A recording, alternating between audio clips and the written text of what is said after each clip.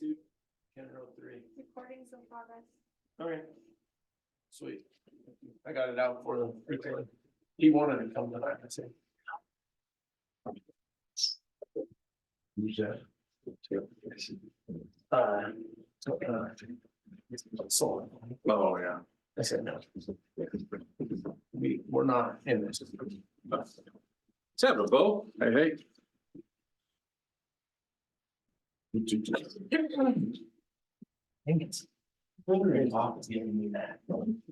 People that have been getting those bugs have been keeping the cough for like a month.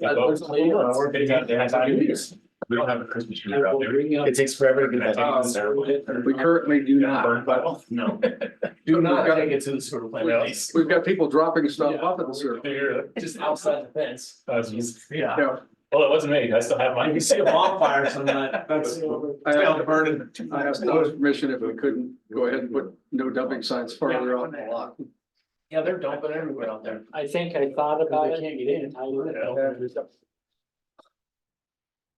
Come on, eh? Eight. She moved. Oh, no, never mind, no. Sorry. First. There was a Canadian on a block over from me. We have Oh, really? Canadians in Kiowa Park. Yeah, she moved. It's an international community out there. We stand on guard for thee. Hi. Just don't try to ask any of their government workers questions. To your reporter, because they'll have you arrested. Arrested, eh? That's right. Hey, If they could put its importance in. I was watching the news tonight and something really irked me. Did you see New York is making all their kids go online? So now, Yeah. illegals in the school. Yep. Oh, yeah. Yeah, that would not fly. Hello, Jerry. Hello. Yeah, so the mayor. That's unreal. City council. Yeah. Mhm. Cut spending. 180 million, they need. He wants them to cut 10-15% per town. Oh, I blasted that all over Facebook. Yeah. For each department.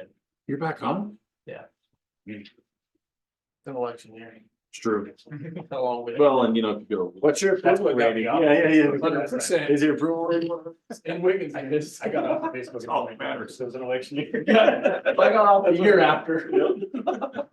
So I got tired of it. Well, you can't watch it. Oh, Depressing. I don't know. Please don't. No, I'm not. I'll stay in my. Is Mandy? No, she's not coming. I hadn't heard, but. She told me no. Yeah, she's not coming. It's her son's birthday. They were doing something. Eric's birthday. All right. Good afternoon. The time is 7 p.m. Today is Wednesday, January 10th, 2024, and the Board of Trustees work session is now in session. All right, first up on the agenda is the discussion of extending the water and sewer bill due date. At the December meeting, it was suggested that we extend the bill due date to the 15th. Staff is amenable to that and seems to make sense. We have looked at it and mapped out what we think would be minor impacts to like meter reads and when the bills go out. It'll actually give, I think, staff an extra week between the actual bill going out and things being collected. So that's no problem. And I've talked to Melinda and we can just do a simple resolution to make that happen. So as the bills are being read in January, we'll make sure that change happens with the January bills that are sent out. Okay, yeah, January bills. So it'll be due on the 15th of February. Yep. Also, we had a business in town, Eric Gonzalez, brought up that our current late notice and late fee charge is not in keeping with state statute. Doing some research and to where we are we were sending out late notice or charging late fees the day after the bill was due. So like on the 6th on, and we were charging $25. It should be that we allow 10 days between the bill due date before we send out the late notice. And the late notice can only be a maximum of $15 or a certain percentage. We don't know when or who made that change because our original ordinances setting late fees and how those would be charged and put in place dating back to 1991 do it correctly. So I don't know when that change was made, or predates me for sure. But Melinda said we really don't have to do anything, but I think since it's been brought up, we should include that in the same resolution. Just to reiterate that we're going to uphold those ordinances. We're looking at auto pay staying the same. Pardon? Now, is auto pay going to come out at the same time as it? Yeah, it will come. Yeah, we'll make all those adjustments at the same time. Okay, Um, I'm just asking just for. no, that's good question. And Eric also wanted us to look at, do we refund some of those late fees to the people that got late fees? Talking to Melinda, we don't have to legally. There were some numbers right. 240 different late fees charged after the 5th of the month in 2023, that calendar year. I don't know quite yet how many were between like the 5th and what would have been the 15th at that time. We may have to research that. But the question to the board is, do you want us to pursue that and see what type of money it would be if we were to credit folks on their bill? $10, $10 for every late fee. right? And you said 240? But it also could be more because we have, if they got that late fee within the first 10 days, Yes. we may have to credit all of it. Yeah, if they paid it back. Right. Yeah. Then do we- Does that make sense? No. So your That bills, comes to $2,400 to me. your bills due on the 5th. How it should be is you have till the 15th. At that time, if you have not paid, you get a late fee. But we were charging a late fee on the 6th. Mhm. Right. So we could have to pay back the $25 within inside that, or if it's within inside day 6 to day Yeah. 15. And I don't have a good count on that number yet. I think we can come up with that and then the others would be if it's past the 15th and they paid their late fee, it would be a $10 credit on their bills. So the question I've got right now is, do you want us to pursue that, and do you want to refund the late fees just for 2023 for those that we can account for? Because you said there's 253. 240, So worst case scenario, 240 times 25. that's $6,000. Yeah. And I think it shows transparency and recognizing that we goofed. Do we have to provide it's just a question, do we have to provide the credit as money back to the resident, or can that be applied on a upcoming bill? I think From an we accounting could, standpoint. I think we could apply it as a credit on an upcoming bill. That's how I think. That's how I think we That's should how do it. If I that's the would case, I would prefer to do Yeah. that. I think that's anybody. When you overpay your Yeah, utility you just get a bill, credit on, it's and just I'm just credit. making sure that from Same piece of paper instead of. a legal standpoint, we're all right, but then from a accounting standpoint, that's not gonna, that to me, that'd be the easiest way to account for it on a GL, but I don't know. I'll talk, Elaine's going to be here Friday. We can talk with her about that and I'll confirm with Melinda, but I don't see why that would be an issue. I'd like to see what that number is personally, but No, and we can get the Yeah. number and relay it back. Sure. Is that Before gonna we put do. more pressure on staff? As to come up with that number. It'll put somewhat, but it's short-lived. And I think it's the right thing to do. How do we limit that though to only 2023?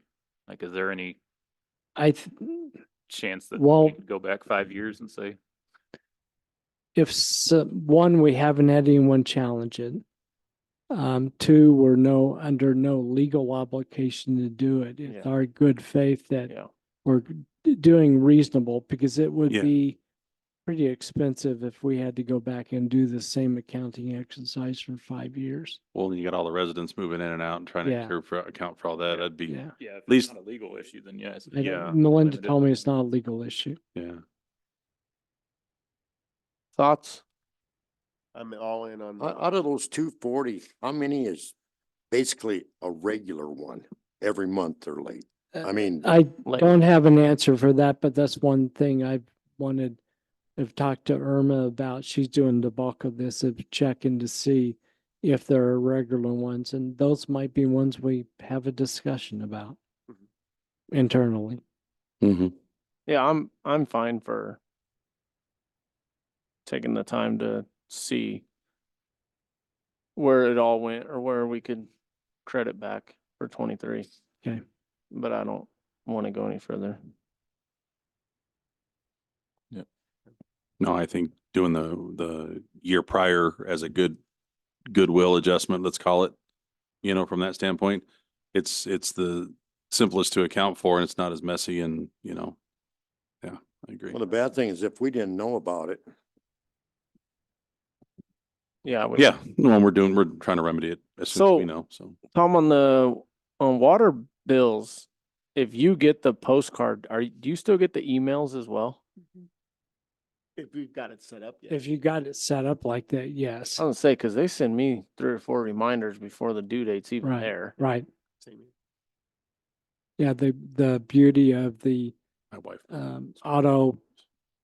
the paperless billing and paying it online is you get the reminders. Yeah. You can set that up. And maybe that's something, maybe we send something out to residents, telling them, hey, you can get reminders if, to pay your water bill. Cause I know when you get a postcard, it could get lost or thrown away Right. or whatever. And then you don't realize it until it's too late. Right. So just maybe an awareness thing that, hey, I think it sends it 3 days before it's due or whatever. Says, hey, your bill's due. Don't need your money.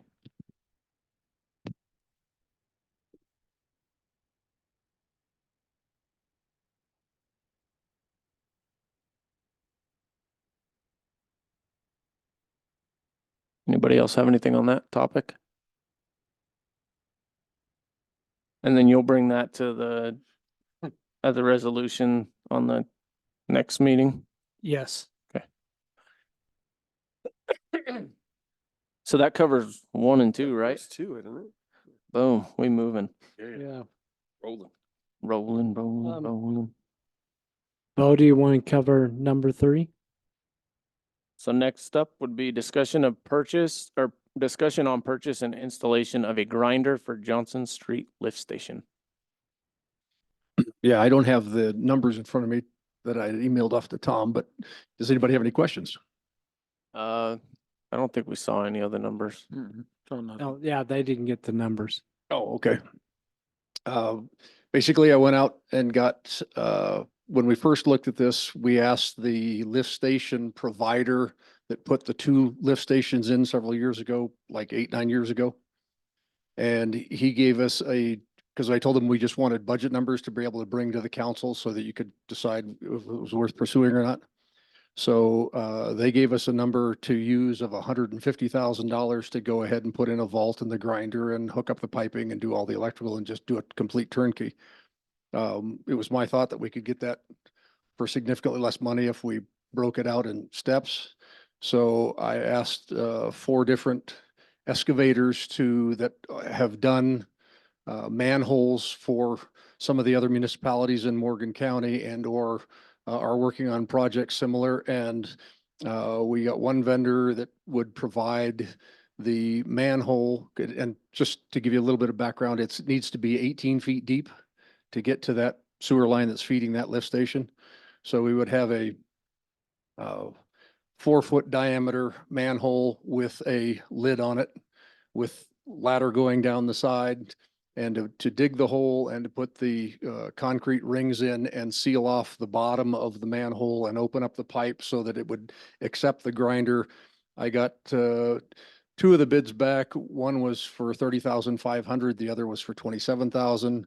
One of the vendors thought that the digging the hole and having to stair step the hole and make an awful lot of room for an 18-foot hole was too much for that they could do, so they no bid it. And then I'm just waiting for one other bid to come in from another local contractor who's done stuff like this before. The grinders themselves, I got 2 bids, one from, and again, I just asked for estimates at this particular point because we weren't sure exactly what the specs were going to be. And the 2 different grinder manufacturers gave me numbers of the grinders plus the fabrication of the stainless steel framework that would allow us to put the grinder down at the bottom of the 18 feet, and then from a maintenance standpoint, bring it up out of the hole to repair it. Both of these bids were for open channel grinders, meaning they go on the inlet of the pipe going into the vault, grind everything up small enough to where it doesn't require that we have to pull it and clean it on a weekly basis. We'd only have to pull it to maintain it. So if we had problems with the motor or some other problems, that would be when we would pull it, but otherwise it would be operational all the time, and it would grind up all the wastewater discharge small enough to where it wouldn't impact the lift station pumps. So the thought was we'd put the vault and the grinder in the vault in front of the lift station on the east side, basically along what will be Johnson Street. Yep. And like I said, those numbers were 30,000 and 35. They both in the case of the bids, the estimates from the vault folks and the estimates from the grinder folks, they said that when we get down to the brass tacks, if you guys are okay with the high numbers, they would give us more specific numbers, and they all said they were likely to be lower. And then I got a couple of bids on the electrical hookup from the lift station with a small panel to hold the motor starter inside the lift station. We have enough power in there. Having the breakers installed, having the wiring run outside of the lift station, underground in conduit over to the grinder. There would be a disconnect by the vault. And I got, again, depending on how specific we got numbers between $3,000 and $7,000 for the electrical. So that's, if you took a look at, say, we did the vault at, just for example's sake, at 30,000, and the grinder at 30,000, and the electrical at, say, 5, we're looking at $65,000 for the whole package. So high end 72.5. Right, and that's significantly lower than the high end that we Almost got from half the lift the station guys. 150,000. Right, Less than that. Wow. and Yeah, that's on the high end. As far as the brand on the grinder, what is it? The 2 different brands that I asked were JWC Muffin Monster, which is kind of familiar. Muffin Monster is kind of what everybody understands, like crescent wrench is the adjustable end wrench of all the adjustable end wrenches. Yeah. So Muffin Monster has a variety of different grinders, but we specifically have been asking about the open channel, and then Vogelzang. If I was to be asked, I have a kind of a preference toward the Vogelzang, only because the Vogelzang factory rep is the guy that also provided a lot of the equipment in the 2 existing lift stations. And when we were having troubles there for a while, he was Johnny on the spot to come out and help us with making sure that everything was okay with the new one. He's been very supportive. But again, obviously that may or may not be the low bid, but we've got some support, and he's right out of Denver. So Vogelzang, is that the lower cost? of The grinder? estimate that they gave us, just again, a rough estimate, was 5,000 more than the Muffin Monster. Okay. Maybe that's because he figures he was going to come out a couple times. I don't know. But I just thought that you guys should know that in my mind, worst case scenario is going to be $65,000, $70,000 to put this thing in. Have you asked any of them on a timeline? Yes, neither one of them have fast deliveries. Basically, we're looking at 12 weeks. Once we get the go to get the grinder, we can get all the other stuff done within that 12 weeks. The So then all we manhole gotta and do- yeah, everything, and then just drop the grinder Right. in when it comes. Right. I think we've all talked about this enough. I think it's something that needs to be done. We spend too much time and money replacing pumps, cleaning pumps, stuff like that. I don't know. I feel even 70,000 is a good price to. I know your return on money probably be 5-10 years, but if you break it down with how many we've replaced 2 pumps, bought another new pump, man hours put into it, weekend hours, it all adds up. Is there a need for one at the central lift station, or is it not? We haven't much experienced that. The one thing that we found out that helped out a lot is, as you guys should be aware, is that we had the one of the hydrovac companies out of Lucerne come out and completely empty that lift station, and it hadn't been done since the lift station was installed. And I recommended to Tom that we start having the discussions with the council about, can maybe we get a hydrovac done on the lift stations on a periodic basis, whether that's once a year, once every 2 years or something like that. Because you do end up with a lot of solids down in the very bottom of the lift station that if something goes awry, they'll get stirred up and pulled up. But if we have the grinder, that kind of takes a lot of that away.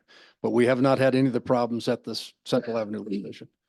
And More Again, on that one than that one, probably. the grinders themselves, like I said, from all indications, the grinder themselves, depending on how they're built, run between 5,000 and 15,000 for just the grinder itself. But then you've got all the associated Yeah. framework and fabrication and things like that. It would be something that would be worthwhile to consider, potentially an open channel grinder on the influent at the sewer plant that could be done in-house, with the exception of the electrical. Would buy us more time at the sewer plant. Yeah.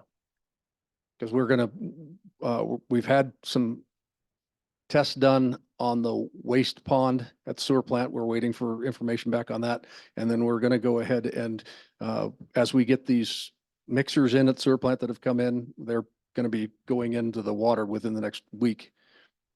We'd like to not make sure frozen. that the actual lagoon is as deep as it's supposed to be, because I've been told, but I don't know for sure. I've been told that lagoon over there is 10 feet deep.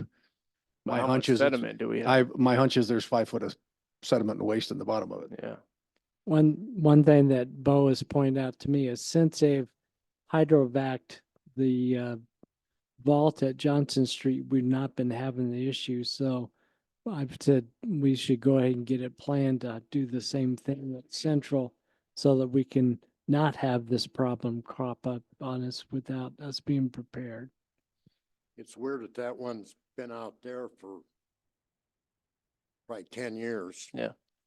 And that one's been there for what, 4 or 5? Yeah, and Probably 6. That's Actually, that lift station was installed as I came to work, so it's a little over Yeah, 8 you're years. right. It was. And this one was that one went in first, and then this one in, but Bruce is right, there was a lift station there before Yeah. that got replaced. And I think primarily the reason why we don't have the problems with this one is because, again, you've got 400 households out this way, and everybody has access in their restroom to the disposable wipes and all the other things that get flushed down the toilet. Where typically at the rest area and at Stubbs, most people aren't bringing in boxes Yeah. of things that are more difficult for the lift station pump to handle. Well, and they don't supply that stuff there. so Correct. Right. It's your normal disposable toilet Right. paper. Yep. And we can talk more about this, but in my opinion, I'm fine with the Vogelzang. I think it's nice to have somebody that is there when you need them.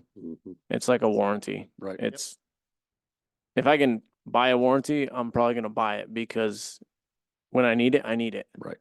So if that's, if he's a few thousand more, I think the availability of him Well, and again, pays for itself. I was going to pursue all the vendors with more specifics if we got the okay to go forward. And then we should Gotta have, have it, Bo. Okay.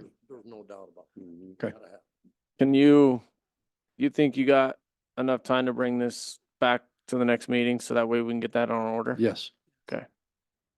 In fact, we're gonna call Vogelsling and just see if we can go ahead and get it started while we're. Get an exact price. Right. Okay. So, yeah, tell them we'll order it. Okay. We want an exact price. Yeah, out the door. Cool. Best price you can give us. I'd even throw out there the Muffin Monster's $5,000 less. And see what he says. It's competition. A lot of times, How to sell against it. Let's find out what the differences are. I'm curious. somebody will match it. A lot of these big companies will. And the one thing I will say about the Vogelsang proposal is he did give us specifics and actually gave me drawings of the framework and everything inside the vault. So he's got a really good, and because he's been out to the lift station numerous times when I've asked him to, he's got a really good feel for what's going on out there. Yeah. So if that thing was to go down, what happens? You're talking about right now? No, when we No, put the if- grinder in. After we get the grinder in there, if it, or do you pull that pump out and you put another sleeve in or what? The way it's set up, it's my understanding and with the framework that's there, Bruce, is that if for some reason that grinder went down, we would just crank it up out of the way to allow the wastewater to do what's doing now, which is just flow right on into the lift station, Okay. which Then is you what would could- happen when we maintain could it. Anyway. repair When we it. pull it out, we will have a day or two of regular wastewater with all the stuff in it going into the lift station. Yeah. And we are making some modifications to the lift station right now, to make it so that we don't have the issues with the floats moving across the wet well section and that they can't get caught up around the sump pump and rail system on the opposite side and they can't get caught on the ladders. And we're actually making a stainless framework in the shop right now that should be finished by tomorrow afternoon so that we can put the repair floats that we've got. And we already have one new pump to put in, but we've been waiting because we want to do this all at once. Because once all the pumps and the framework and the floats are all in, we'd like to run it back up through the conduit. Because right now, if you happen to drive by that lift station, we've got the door partially cracked open and we've got some of the stuff in temporarily until we can run it up through the conduit. But I told the guys I just want to do it all at once and seal the bottom wet well and the dry well section off from the electrical. Can't you put that in a steel well or? Yeah, what we're doing is we're actually making a stainless steel framework that we attach all of the floats to, so they only have the ability to move about 4 or 5 inches Yeah. from the one side of the wall, and they stay exactly in the spot. Because one of the things that happens too is some of these have weights on the floats, and the weights come off, and then the floats just go wherever they want. Or if there's a sudden huge influx of wastewater, it'll carry the float across the pool, because you got to give them enough flexibility to get your distances between each of the set points, because there's 2 pumps in each lift station and the controls are set up to where when the sump system comes on, one pump will run and come up and shut off everything. But if there's a huge influx of water, then a second pump will come on so that we don't overflow the wet well section. And then there's a common pump stop on all of them. So it's like a lead, like Exactly. a And lead lag. then they do alternate automatically. Okay, If perfect. one's running, the Perfect. next one runs the next time, and then it Yeah, goes that's- back and I forth, so would- we get even wear. Okay, perfect.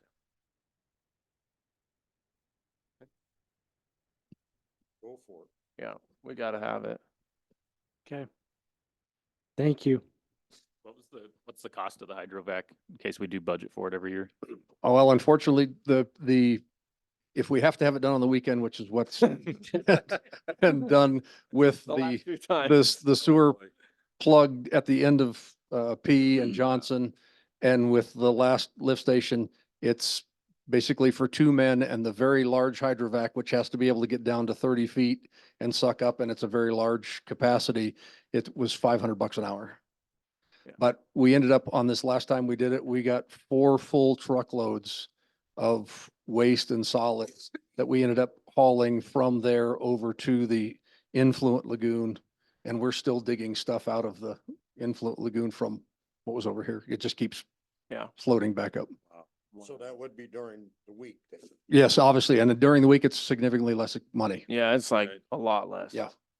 But the last 2 times it happened on the weekend. Yeah. On a, Yeah, one was last on 2 a times Sunday. we've either found out on a Friday night or a Saturday night, and Yep. then you call up and you hope that somebody's there and they'll, you get the voice message and then somebody calls back 5 minutes later. It's like, any chance we can get somebody out here from 3 hours away to come do this? And fortunately, we've been able to do that. I'm just glad they came on Sunday. Yeah. That would have been ugly otherwise. Yeah, real crappy. Ooh, real. Okay, next. Okay. Other items, and this is one that I thought I'd put on, I meant to put on, but tap fees. The board had asked, a couple months ago that we consider looking at increasing the tap fees. If you recall, in October of 21, summer of 21, we raised the tap fees from 11,500 for water and 6,000 for sewer to the current fees of 20,000 for water and 8,000 for the sewer investment fee. I've taken a look at, and a lot of folks, and talked to some folks, especially Brush and Fort Morgan and Morgan County Quality Water. They're looking at raising their tap fees as well, but no one's pulled the trigger yet. Fort Morgan's doing a study on theirs, and currently they are at 7,600 for their basic water tap and 5,150 for their basic sewer tap, and then they charge a 17,500 charge for a CBT unit, which is one residential household. A lot of places that have CBT water, for example, Kersey's charging 52,000 for a CBT unit. That's a going rate right now. Fort Morgan's bought a lot of CBT water early on, so they're able to keep the cost down. Fort Lupton, for example, the latest information I have for them, their residential water tap is 8,000. Sewer tap is 10,500, but they have a 70,000 water acquisition fee on top of that for a single family unit, and it goes up as you increase tap sizes. So it's kind of all over the place. We can't, as usual, compare apples to apples. No. And at some point, it'd be great to do a study, kind of like we did the rate study, and determine where our rates should be, or at least gave us guidance for where our rates should be. I'm looking at contacting the Colorado Rural Water Association, which we're members of, to see if they've got a way to estimate for that. I know Akron is going to use them for a rate study, and they'll do it, since they're members, they'll do it for free. So I'm going to inquire with that, and we also inquire with, it's called the Environmental Finance Center. The EPA has got that all over the country, and they provide technical assistance as well. Similar to RCAC that did our rate study for the water and sewer rates. Some of the rate increases I've seen, people have taken their rates up between 5% and a little over 7% between 2022 and 2023 as they've raised them.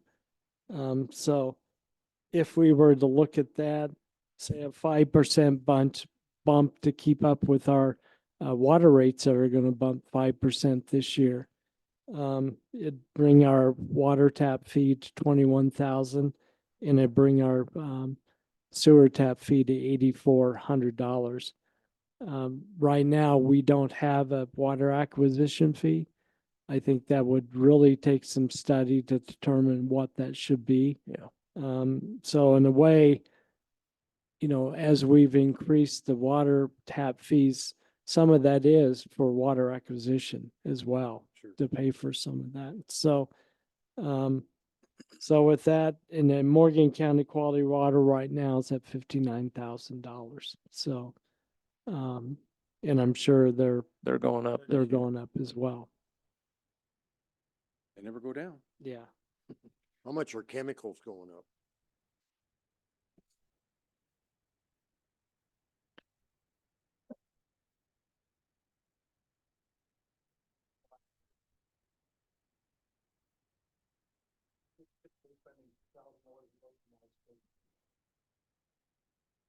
So basically 50%.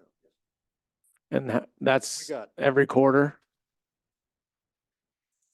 Depending on the water usage. Our steady chlorine usage at the sewer plant. Check, there we go. Okay, our steady chlorine usage is at the sewer plant so that we can disinfect the effluent. And that we typically are using 300 gallons a month over there. And then the rate varies because, as I've mentioned to you guys before, from fall through spring, we bring about 100,000 gallons of water on average to town. And then as the summer heats up, it climbs rapidly till the peak of the heat to where we're bringing 750,000 gallons of water a day per town, or water To per town, day to yep. town. So basically what's been averaging is it was costing us about $2,000 last year for a load of 800 gallons of chlorine, and we split it between the sewer plant and the water plant based on usage. But this last one, it wasn't at $2,800, I think. So And how long will that last you?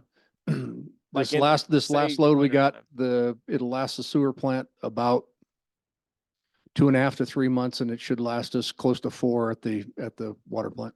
So rough, In the summer, what's it last? About every 6 weeks, we're having to get chlorine. so if we split it, let's say 8 weeks, so every 2 months, we're on average buying chemical. And again, we can go and take a look at the 2023 and 2022, but it seems like they're coming out about every 2.5, 3 months, depending on the temperatures. So roughly 18,000 a year.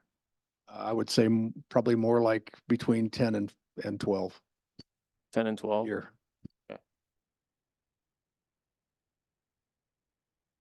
Now, will that change with the addition of the non-potable line? And we start irrigating, No, you won't be treating that. We'll be just, right?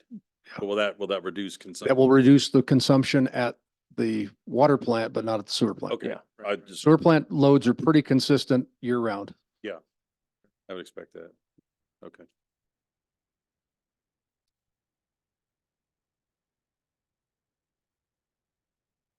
I'll throw out my idea on water tap fees. I think I've done a little bit of research. I've talked to one other place that has water.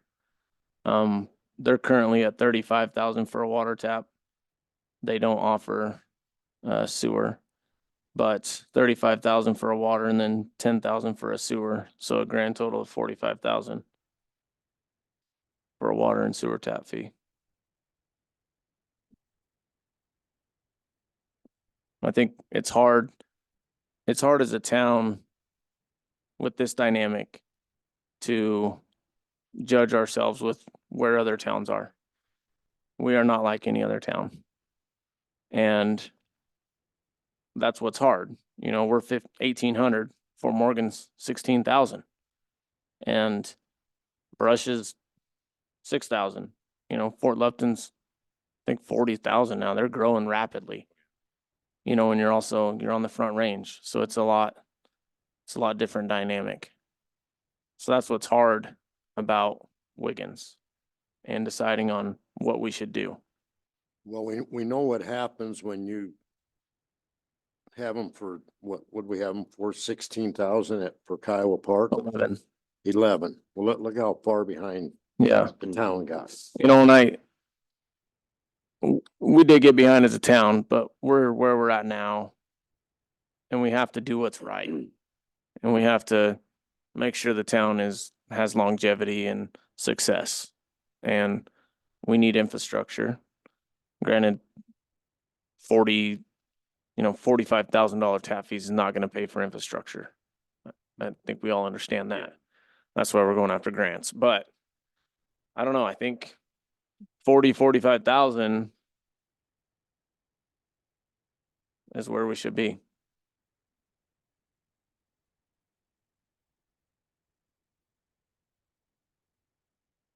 Cause I think what you got. As Colorado continues to grow and interest rates level off or come down a little bit, people will get more comfortable with building again. Yeah. And we still have a lot of Thomas Farms that needs to be built out. Currently, not really anything else going on in town. So we need to plan for that. And be ready to get the benefits of Yeah, when someone comes a calling to build yeah. and we're set up for success. And I think, you know, every 2 years, I think we should be looking at this. Is that just strictly for residential? Or does that include commercial too? That they're the same. Same, okay, As long as they use, that's a 3/4 line. So then it okay. changes, obviously. So if they based on wanna- what we could see out here, I mean, we'll still achieve that based on what, obviously with some differences, same on what goes out there on Roberts 81 or. Is there anything in that contract that for water taps out there? No. Okay. And what we would do is figure out the percentage increase for the 5/8 tap and do that all across the board for all the taps up to 6 inch, so that if we increase one, we increase all. Mhm. Trustee Flax, what's your feedback?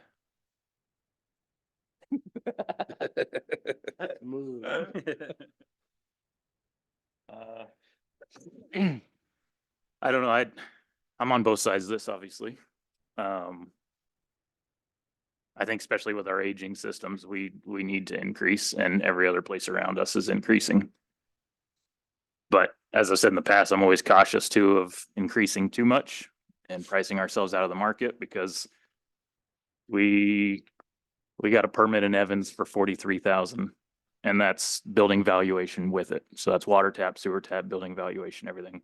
If we're at 45,000 just for water and sewer tap, I mean, somebody's going to choose to build in Evans versus Wiggins. Just being real, there's a lot more amenities in Evans than there is out here. So I don't want to make it to where nobody wants to come out here, or it's too expensive like Kersey where nobody wants to build there. So I Well, think they- there's a fine line. That's why they make it so high, because they don't want no They don't building. want- Yeah, I know. Yeah, they don't want it. Yeah, exactly. But that's kind of the situation that we would be facing then too. So I don't know, there's a delicate balance. Oh, That's the difference of living on the front range and living in God's country. Yeah. No, and I agree. And that's why I mean- people like us want to live out here, but well, you also gotta, and at 45,000, we're still below like the city of Brighton. They're at 59.5. Yeah. And they're still building. Yeah. Oh, yeah. See it every day going by. The metro area tap fees, Denver Water is at 3,000, and the highest I've got from a regional report is Fort Lupton at 78,000.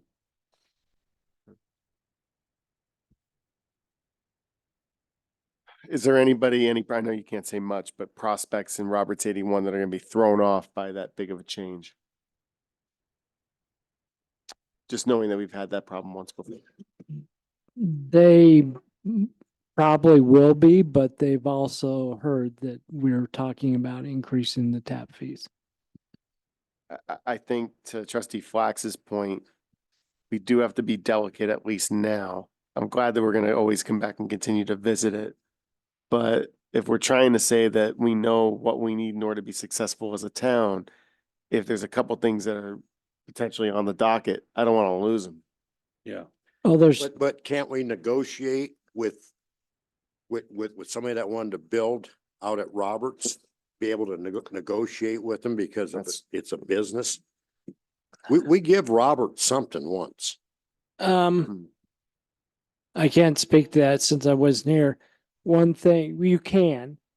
I am always cautious about giving up tap fees and anything that's related to water and sewer, because we have to have that to be able to do what we need to do. I'd rather look at other avenues like rebates on property tax or a sales tax like we've done before, and rebates on building fees and sales and use tax, things that we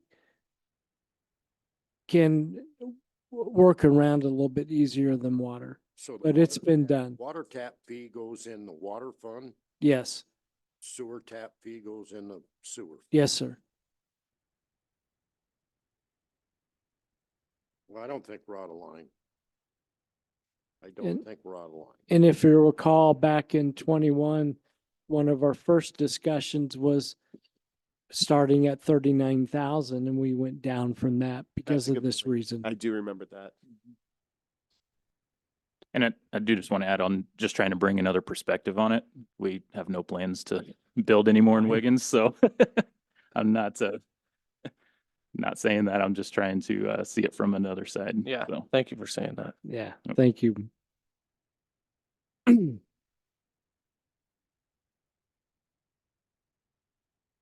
I think what also could happen is if, and like Trustee Flack said, there's no building or anything going on except for Roberts 81. But if we have our tap fees at a certain percentage and then some development wants to come in and we're like, oh, we're gonna raise our tap fees before you come in.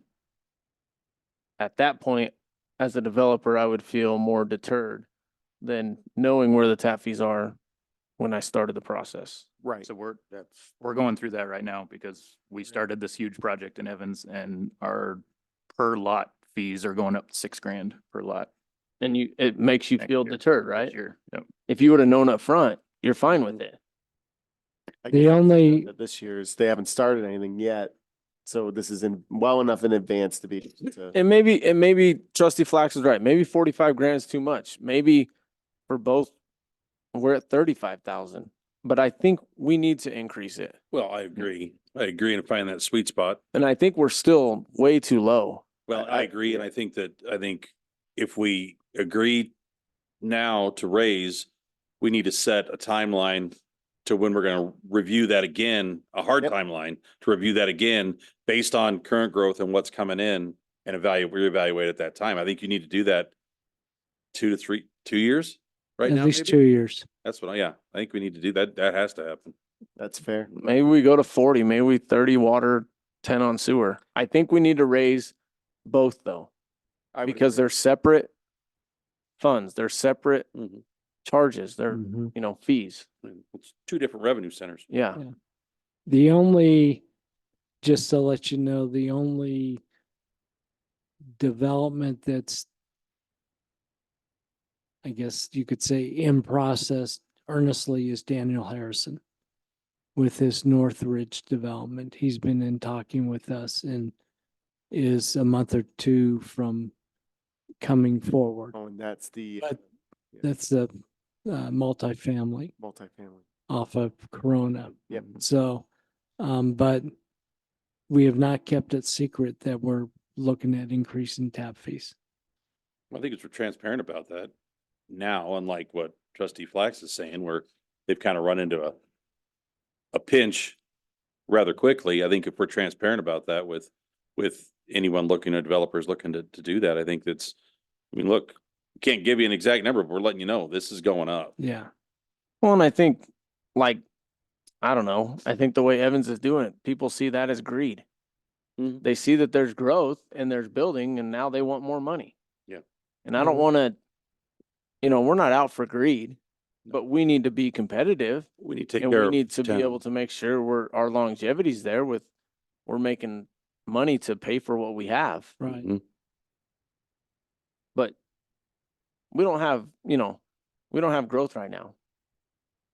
So as long as we got 7%. I think this is the best time to raise them. Mhm. That way, if somebody wants to come in, they're well aware of where they're at. Right. And then in 2 years, January 2026, we address it again. Yep. Like clockwork. So the only thing I'll say is just for transparency's sake, I believe 28 combined to 45 combined is 40%. About a 40% increase. About what inflation is. I mean, it's. Seems like it. Right? Yeah. Yeah. Yeah. So like, put it out there, that's what it is. All right. And so, well, you can say what you want about inflation. No, I was I joking. get that. I get that. But like, I feel personally that 45 is too high. Given the situation that we're in. Do I think in 2 years we could be at 45? Yes. But how far are we gonna be behind in 2 years? But I don't, but that's all guesstimating. We're just throwing numbers out there. I know, but hey, everybody else is throwing numbers out there too, Dave. Mhm. I mean, we're throwing 50, 60, 70,000. It's just my opinion and I know it's a work session, so obviously we're trying to figure out that number. I'd feel better in the 35 to 40. What you could do if you'll take a suggestion is you could do a set percentage increase each year for the next 2 years. It's true too. That's a good point. You could do that. Yeah. But that's gonna get a little murky because obviously there could be things in the works. It would be kind of nice to say, we know for this amount of time. For 2 years, it's gonna be It's this. this, Yeah. that, Which they will with that. right, Yeah. right, exactly. Well, that gives developers, I think, a little more runway to get their ducks in a row and get things moving if that's what they're gonna do. So they can count on that, unlike what sounds like like Evans is doing. So Well, what's just the water tap at Quality Water? 50. 59 right now. And I know it is going up this year. Yeah. I heard the 70, but I don't know how accurate that is. But just as the same as we talked about, we can't compare ourselves to Yeah. other towns, we can't compare ourselves to quality water. We're not Mm-mm. that. So like, I'll go with whatever the board wants to do. Like, I don't have a firm enough, it's not my area of expertise, right? So I lean on you all a little bit more on this. From a transparency side, it's all about optics, right? What do we actually see the town being, right? So when you make a change to something like a water and sewer rate, you're basically stating this is where I think Wiggins could go. Because this is development. So at the end of the day, your stance on how much you increase it is where you actually see the town being. Period. Let alone how much money we need to make up, right? So to me, I do get worried, like what Trustee Flax said. I could be completely wrong and it might be a null point.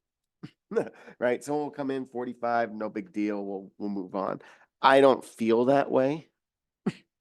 But that's just an inclination. I could be wrong. So like that's why I'm a little bit, that feels a little aggressive to go 40% up. That's just a personal opinion. That's where I'll leave it. I don't have anything else. And I Yeah, will but add- what was we low to begin with? Right. this would be a conversation for a future work session, but I actually watched the city council meeting for Evans for their permit fee schedule for 2024. And actually, I think it was the mayor pro tem. They had talked about doing different tap fees for like infill lots. So if somebody wants to come in and just buy a vacant lot, be able to build on it, it's going to be cheaper potentially than a development or something like that. And that's because, obviously we get some of those here too, where you've got those vacant lots that have been vacant for years and somebody can't afford to build on it because you're paying 60 grand for a permit. So Yeah. that's not something we need to discuss right now, but I thought that was kind of an interesting idea of Yeah. maybe that's something that we look into as well. Is there's tap fees for a development versus an infill lot. So we do have quite a few. Well, let's really good- compromise. 42.5. will buy and drive today. And then David will be happy. You don't need to worry about, like, this is one of those topics that I believe if the board feels a certain way, I'm with it. I don't feel like I have enough of a passion point on that. I just am a little concerned. Gary, you haven't said nothing. Yeah. Oh, I'm listening.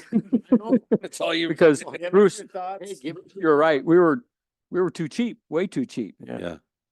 And we're still too cheap. Yeah. At 45 is a negotiable. If somebody comes in and says, we want to put in 100 homes, can you help us out on the tap fees? Is that negotiable? Do we have flexibility? Yeah. There's always negotiations, It's always good to start at 45 because nobody's asking what it is. In 2 years, It's like selling something. Yeah, Yeah. exactly. You can't go lower than it, talk them up. You that's right. can't say 35 or higher. Or higher. Right. Yeah. Doesn't work that way. Oh, you want to offer me 45? Okay, Oh, yeah. you know. That always. That's how it you know, works. Yeah. right, Can you yeah. legally that's- do that though, if you have your set fees? That's buying a car kind of. As far as negotiate, You can, as I said earlier, I usually shy away from it because the fees are, you're hopefully setting your fees because you need that money Yeah. to be able to do your work. But if there's a circumstance where we think that it's going to be more of a benefit, sure, maybe. Well, we could leave it open to where if it's a specific case or a development that town could really benefit from versus, leave it situational. I'll use an example. Probably the best example I've got is say if we have someone that wants to come in and build truly attainable or affordable lots or houses. That might be one where you say, okay, we're going to help because we see as a town, we need some of that to support some of the workers. That might be a good reason to negotiate down. You know, and I think at that point, and that is a different scenario. Your affordable houses may only be 1,000 square feet, where your typical, your 1,400 square Right. feet, 16, Mhm. they're a lot bigger. They hold bigger families. Your affordable housing might be one or two people. Right. So they're, not as much usage. Their and stuff like impact that. is smaller. Yeah, And right now, there's no spotlight on our tap fee. no, Now'd be the time. that's why I'm pushing for 45. So. Call so me what- crazy, but I guess what's everyone's goal with the revenue for the tap fees? Is it to pay for water and sewer infrastructure? Or is it other things as well? Because then that goes back to the impact fee. fees. If it's Mhm. just for the water and sewer, let's just leave it at water tap and sewer tap and all the money goes to those two. But if we're trying to pave roads, if we're trying to get parks, if we're trying to do stuff like that, I think we need to look at impact fees, keep our tap fees a little lower Right. and add impact fees. Right. So you're still getting the same permit cost, but you're getting money put towards each of those buckets. So. In my mind, the water and sewer fees are only for water and sewer Yeah. funds. They're not being used for anything Right, else. but that's what I'm asking. If we're wanting to raise those to generate revenue, is it to pay for those two It's to pay for line items, those. or is it it's- to generate revenue for other things? If you'll recall, we did not set our water tap fees as high as was recommended by the rate study on purpose. So we need to, over the long term, Yeah. come up with make additional up for that, revenue yeah. to support those funds. Yep. So that's the whole reason why you would consider raising the water and sewer tap fees. I am not an advocate and have never tried to rob water funds and sewer funds to prop up the general fund or another fund. That's not the right thing to do. And I think to your case, Trustee Flax, if we raise this, say to 45,000 for the next 2 years, then we go up a little bit after that, and we feel we're comfortable bottom line, maybe at that point we reassess, okay, let's reduce that and have impact fees that would get us to that. We're at 50,000, 45,000, but we have impact fees now because we're comfortable where our water and sewer is at. And I'll remind you, our water and sewer projects combined over the next 20+ years is upwards of probably getting close to $50 million of improvements over that long-term time frame. So you've got, to start now to rectify having low tap fees for so long, we need to start looking at ways to increase those balances. I agree. I'm gonna stand firm on my 45,000. But as a board, we need to decide. Yeah, because now's the time to put in any type of impact fees. And I don't know if we're Now's the ready. time. Yeah, I don't, are Yeah. we ready to do impact fees right now? Well, or do we step down the water and sewer fees and then add impact fees in now at X, and then in 2 years we can shift and adjust? But I It's think- still I not think solved. We need these fees for what's gonna happen, because we got a new tank, and we've got a RO system coming into town. And we got a sewage plant. We've got deep well injection. I think it all needs to go to water and sewer currently. I think last year when we got the taxpayers to pass the 1% for roads, that was big. Yeah. And that's a big impact fee. 1%. But I think our biggest hurdle right now is water and sewer infrastructure, not lack of water, but infrastructure. So I think it needs to go strictly towards water and sewer until we can get caught up. And it's gonna, chemicals aren't gonna go down. Well, no operating cost is going down. Electricity's going up. Everything's going up. And that all is what it takes to run that stuff. Pumps are not going down. People working on pumps is not getting cheaper. Nothing is. It's cost of doing business. You know, and ultimately, how I look at it is that 45,000, it's in a way, it's not, they're not paying, the homeowner's not really paying for that. It's in that side their loan, but that's your developer paying for that. They are because the developer charges more for the house. Well, So homeowners paying for it. they are, but that's something that's spread out in a 30-year loan that you're not writing a check for 45,000. Because if we don't have infrastructure, we don't have a town. And we haven't even talked about the old infrastructure we have. Yep. We don't wanna talk about it. Well, I mean, So, It was part of the rate study is doing the replacement. yeah. mhm. So I don't know. I'm gonna stand behind 45,000, but I want everyone's input on where we should be at. I don't think it's too much. I honestly don't. With the way stuff is and our old infrastructure. And look, we're gonna buy one pump and we're gonna have, what, $72,000 in it? Into a grinder. Yeah. And yeah, one grinder. And that ain't counting the pumps that you've had to replace already. So that eats it up pretty quick.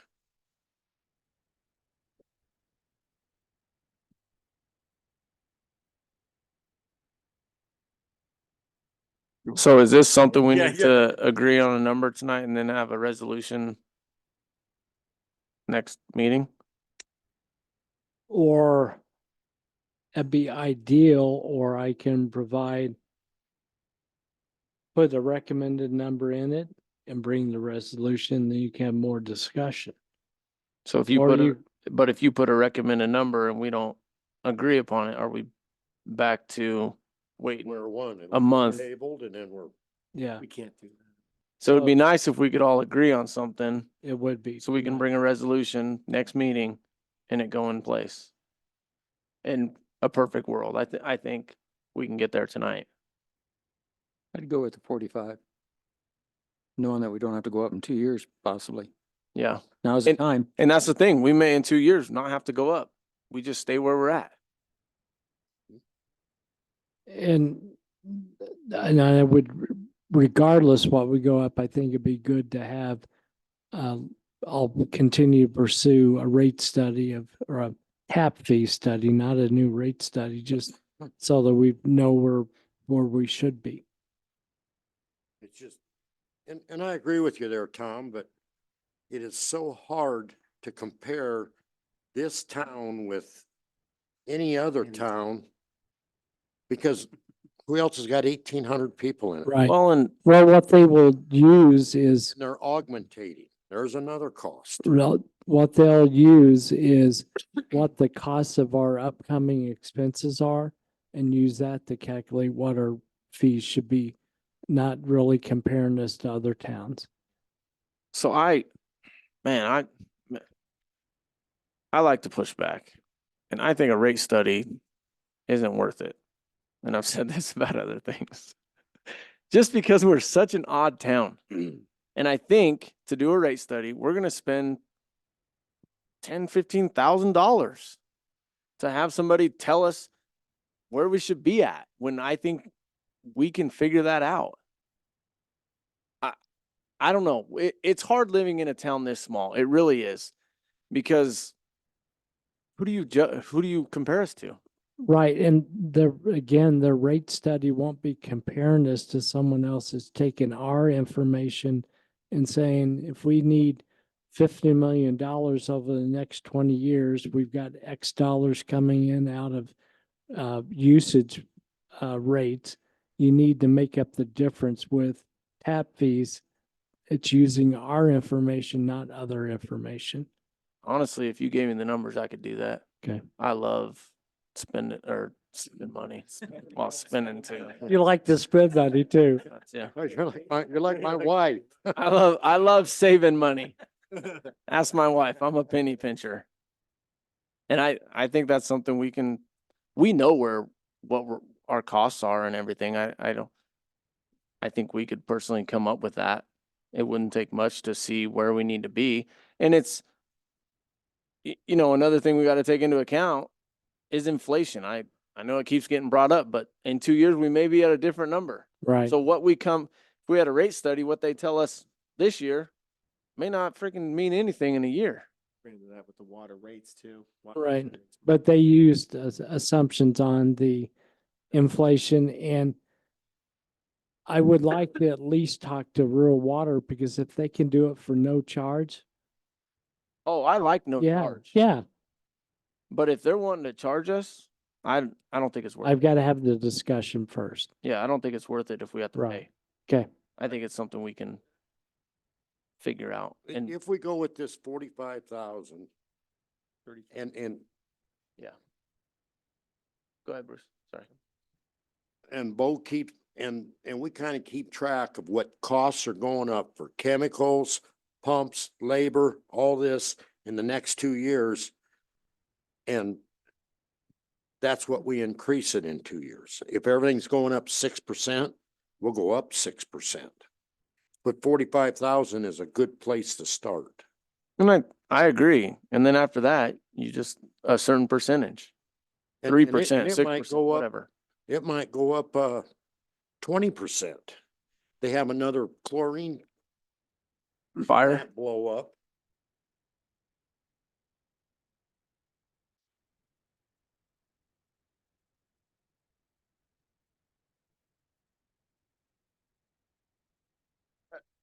I'm good with it. If that's gonna be kind of where people are firm on, I'm good with it too. I think again, my concerns have always just been general concern about the potential of people that it might be knocking on the door, wanting to do something. Because the reason why I say it that way is that what's gonna pave these roads? What's gonna improve our infrastructure really? It's gonna be revenue from people spending in this town. All right, and that's where I get concerned, is that I don't want it to turn to potential commercial growth that could come, and other growth that could come, especially in like Roberts 81 in the next few years, because they're getting primed up for that at this point. That being said, though, I will not argue the passion on the 45 and saying that's a starting point, and the fact that the matter is we're not really experiencing anything right now, as Trustee Swint has said. Like, we're really kind of We're where stagnant. we're at, Yeah. right? So, I'm fine with it. Well, I would say yes to 45, 35 and 10. If it was that, there you go. I'm curious about, Trustee Flax though. I don't know if, just throwing a number out tonight, and I don't know if I don't know, I need time to think about it. A 40% increase is Yeah. quite a jump in 1 year. And that's, oh. My thought.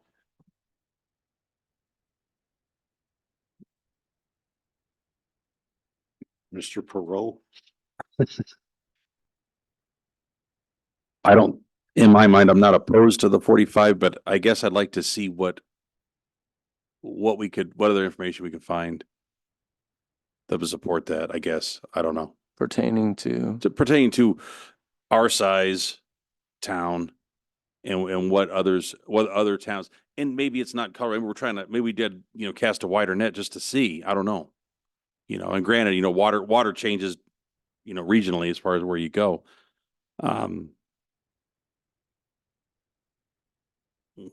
Yeah, I mean, percentage wise, it's pretty great, but again, not knowing and knowing that we're low to start with and not knowing how much lower we were, you know, it's tough for me to say how, you know, coming from that area because I don't know that part of it.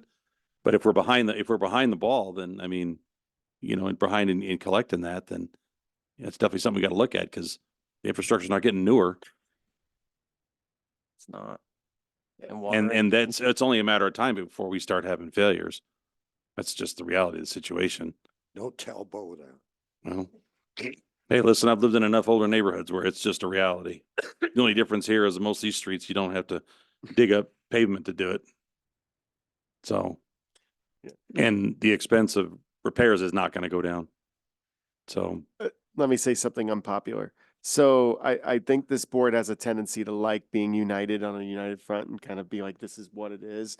But I think this board at times needs to be okay with the fact that we might not have a unison vote and it still would pass and you would still have 45. Yeah. All right. Yeah. So that's just the honest truth. All right.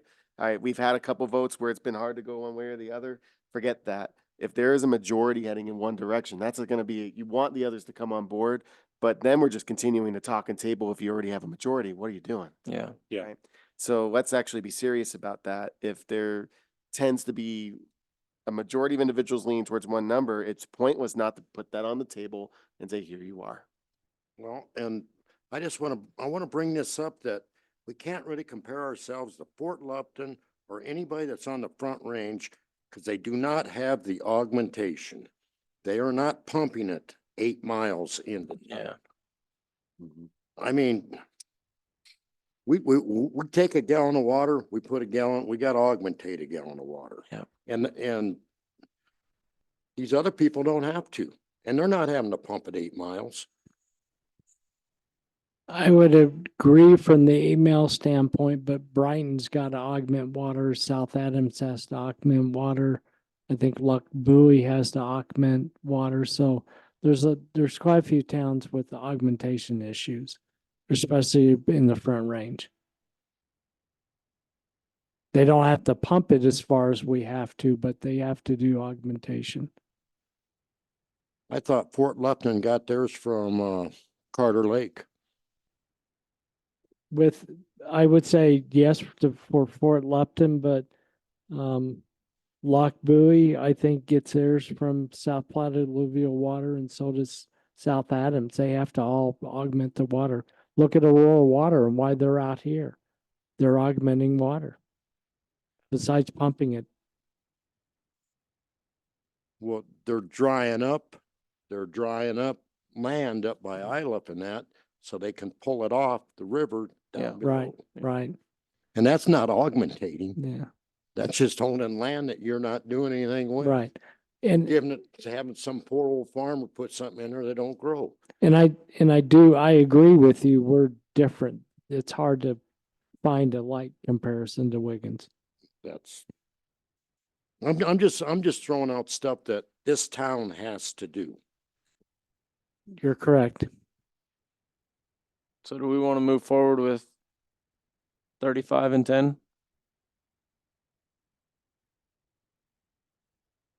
I'd go along with that. Do you want it all at once or you want it 2 years? All at once. Okay. And then in 2 years, we reassess. This, right. Okay.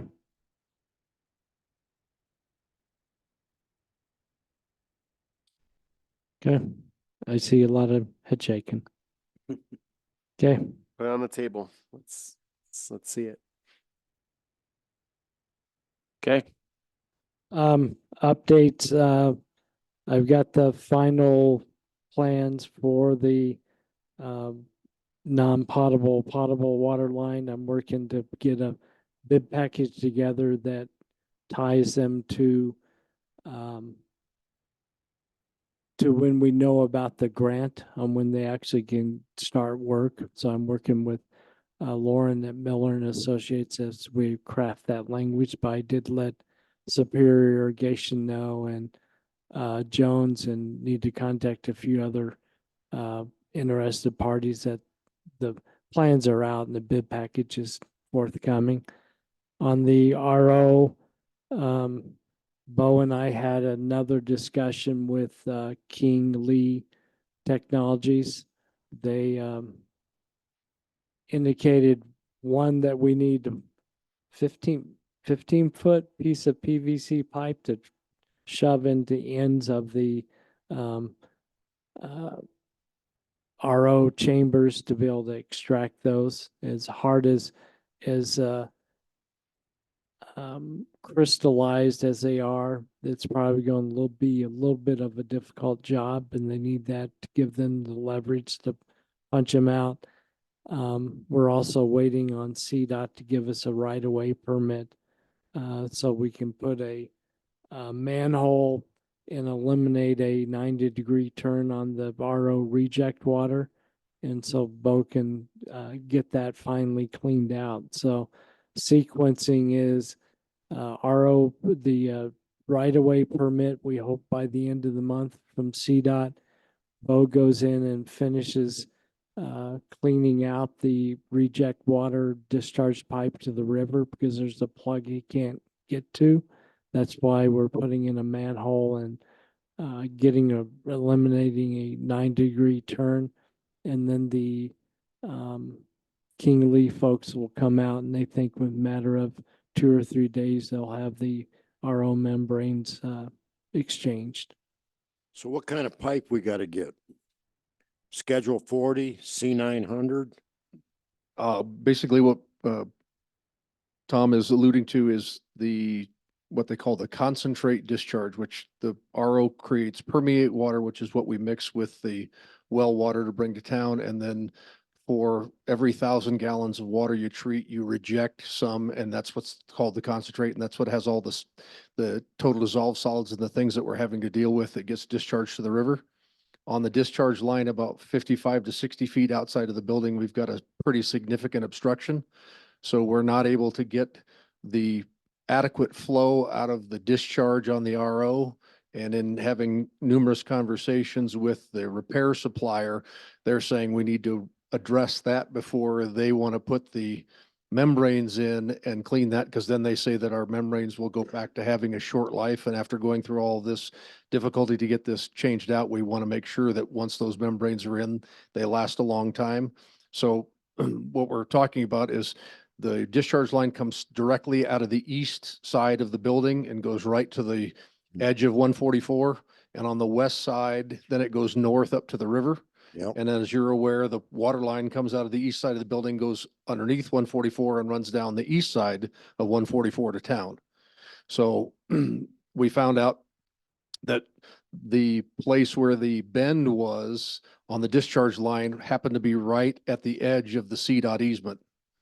So rather than create enemies, we got a hold of CDOT and they're like, yes, you need to get an easement. And we met, happened to be Bruce here in town came out and gave us all the advice on how to get the permit through. And he said they've been taking, typically last year, they were taking 6 weeks to get a permit approved. He said the time has been cut down significantly, and he's going to go ahead and be involved with our permit to try and expedite that. So as soon as we have the okay to dig by the side of the road, again, we were just going to put in a quick vault that allows us to get the equipment in to do a straight shot back that 150 feet to the RO building, and then also go to the north so that we can be sure that that line is clean going to the north, because it's been discharging calcium laden, manganese laden, iron laden water that has started to scale up the pipe. And we've just got one plug that we've tried several different roto-rooting and pipe cleaning devices, and the plug won't get any smaller. So Hammer it? yeah, well, the problem is now the equipment that we want to get in, we can't get down through the discharge line in the building. So we could just dig it up where the blockage is, but I just thought it was smarter to spend the same money and make it so that we can clean both directions and keep those lines free from then on. And then we'll be able to visually inspect that on a frequent basis. And that's that HDPE pipe, right? That line that's coming out right now, it's just C900, Bruce. It's just blue. And the problem is it's only 3-inch diameter pipe off of the RO discharge. What, discharge pipe? Yeah. Coming to town? No, No. this is the pipe coming off of the skid that we send Okay. to the river and put in the river. It's just the crap. that we discharge. Yeah, it's So basically all, there is nothing wrong with our discharge. not at all, coming no, into- not at all. Nope. Not at all. Good. How deep does that manhole have to be? That one only has to be about 6 feet deep. But we need to have it big enough to where if we want to have somebody that has better equipment that is available locally can come in and either high pressure jet it or have larger devices that can go in. And the nice thing is by having a manhole, we can clean up to 500 feet in each direction, which we can't do with anything that's available locally. So you're just gonna, once you get that in, you're gonna have to have a hydrovac probably come out and shoot it. We'll just have the same outfit that comes out and jets our water lines. It won't be a hydrovac. It'll be basically Oh, a water, high pressure yeah. water jet. I wonder what it could be. Root? It's, well, according to the camera, it's a couple of big hunks of calcium Calcium. that have just bonded together. It looks like one big white brick in the middle of the pipe. So once we get that done, King Lee, they can come out right away. Yes.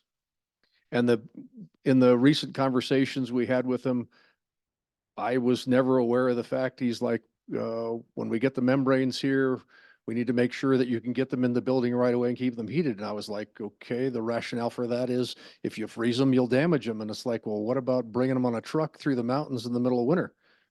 So we have to have a heated trailer, bring them over. And then on top of that, there's only about 4 foot of space on the north end of the RO skids and 6 foot of space on the south end of the RO skids. And these membranes are only 40 inches long and there's 6 of them per reverse, per skid and per shell. But he wants, basically his instructions were, we need to be able to have a 15 to 20 foot clearance on at least one side of the skid to be able to, if we need to, ram them all out. And I'd like, well, why aren't you just pushing with a 4 or 5 foot piece of equipment? Because the membranes will drop out every 4 feet Yeah. or every 40 inches. He's like, no, that's not the way it works. You need to be able to push the whole thing. So one of the things that we have to plan for is we have to disassemble and disconnect the 2 tanks that are at the north end. And one is about a 1,200 gallon tank and the other is a 2,100 gallon tank that have to be moved out of the way, taken out of the building so that he can have a straight shot into the end of the skid. And the price ain't going up. No, because we're the ones that are going to be moving the tanks and the piping out of the way. Okay. It's a classic. They designed it without considering the maintenance. Yeah, That's every engineer. If you guys will recall that there was some challenges when the RO plant went in for a number of reasons in terms of the material that was used, as well as the room around the RO skids for maintenance. And there's not a whole lot there. For those of you that are up there, like I said, you got 4 feet on one side and 6 feet on the other, Those set north and south. north and south. Yep. And you got a garage door on the south, right? Right, but as you'll recall, there are the 3 very large media filters that are on a skid, and there's no way in heck you can move those. I mean, you'd have to remove the wall, not just the garage door, you'd have to remove the wall to remove those. So we're gonna take the fiberglass tank and the large plastic tank that are piped up with 3 and 4 inch lines on the north end. We also have 2 garage doors and 1 very large garage door on the north end that we can pull those tanks out to give him the room that he says he needs to get those cleaned out. Okay. And he just found this out, right? Well, no, the thing is, since we'd never done it, this was the first he brought it up because again, I thought, well, geez, he's got plenty of room to go ahead and knock those out 4 feet at a time, just like you're cleaning the tubes out of a boiler or something. But he's like, no, we need a 15 to 20 foot ram that we're going to stick in the end and shove those all out the other end. And the other interesting thing he said was the new membranes weigh 20 to 25 pounds each. He says the old membranes, as they come out, even though we've acid washed them numerous times, he says they're going to be anywhere from 100 to 150 pounds apiece. And there's 6 of them in every shell. Let's get 3 5-foot sections. We can glue them together as we Well, go in. Well, that's the problem, is then it has to be glued from the inside so that you can do that. But you still got to be able to push it. And then you got to cut them when you get them out. Then we'll cut it. Then you'll have another coupling every 4 feet. Well, the upside is we're going to be right there, so we'll know how to do it. Just kidding. Don't throw away that pipe. Yeah, we're gonna need it in 8 years. Yeah. The good thing is one of the questions I said, have you ever not been able to get something out? And he says, no, we haven't. Oh, yeah, if they can't get it, call me. I'll get it out. Okay.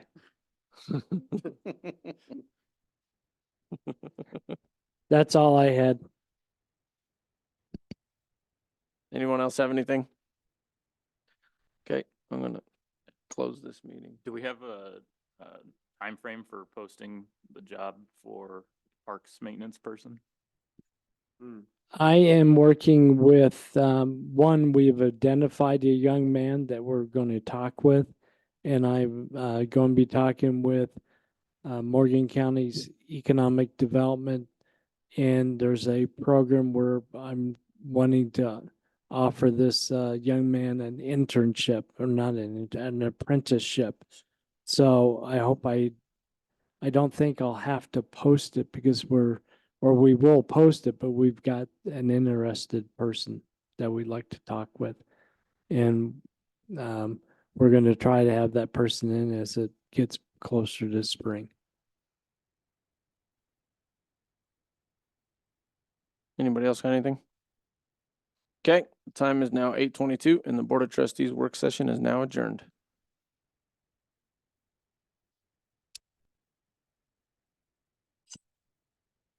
Do you wanna keep streaming until we go into the executive session? Keep it going until we go to exec session. Just use the same thing. Yeah. Yeah. Yep. Did we ever make it live on YouTube?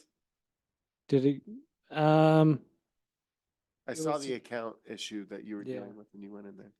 the chief That's said happened he before. was trying to log in. He didn't let me know if he got in or not got in. So I'll check with him Okay. tomorrow.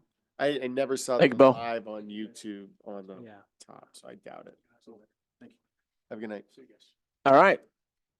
Today is Wednesday, January 10th, 2024. The time is 8:23 PM and the Board of Trustees special meeting is now in session. He got in. Pledge of Allegiance. Pledge allegiance to the flag of the United States of America and to the republic for which it stands, one nation, under God, indivisible, with liberty and justice for all. Roll call, please. Trustee Mandy Camilleri is absent. Trustee Jerry Schwint. Here. Trustee Brian Flax. Here. Mayor Pro Tem David Erpsman. Here. Trustee Bruce Miller. Here. Trustee Steve Pro. Here. Mayor Chris Franzen. Present. Next up is approval of agenda. I make a motion to approve the agenda as written. Second. Motion has been made by Mayor Pro Tem Herbstman, seconded by Trustee Miller. Roll call, please. Trustee Jerry Schwint. Yes. Trustee Brian Flax. Yes. Mayor Pro Tem David Erpsman. Yes. Trustee Bruce Miller. Yes. Trustee Steve Pro. Yes. Mayor Chris Franzen. Yes. All right, next up is executive session. For discussion of a personal matter under CRS section 24-6-402 4F and not involving any specific employees who have requested discussion of the matter in open session, any member of this board, any member of this body, or any elected official, the appointment of any person to fill an office of this body or an elected official, or personal policies that do not require the discussion of matters personal to particular employees, town manager goals. We need a motion to go into executive session. I make a motion to go into executive session. Second. Motion has been made by Trustee Perot, seconded by Mayor Pro Tem Herbstman. Roll call, please. Trustee Jerry Schwint. Yes. Trustee Brian Flax. Yes. Mayor Pro Tem David Erpsman. Yes. Trustee Bruce Miller. Yes. Trustee Steve Pro. Yes. Mayor Chris Franzen. Yes.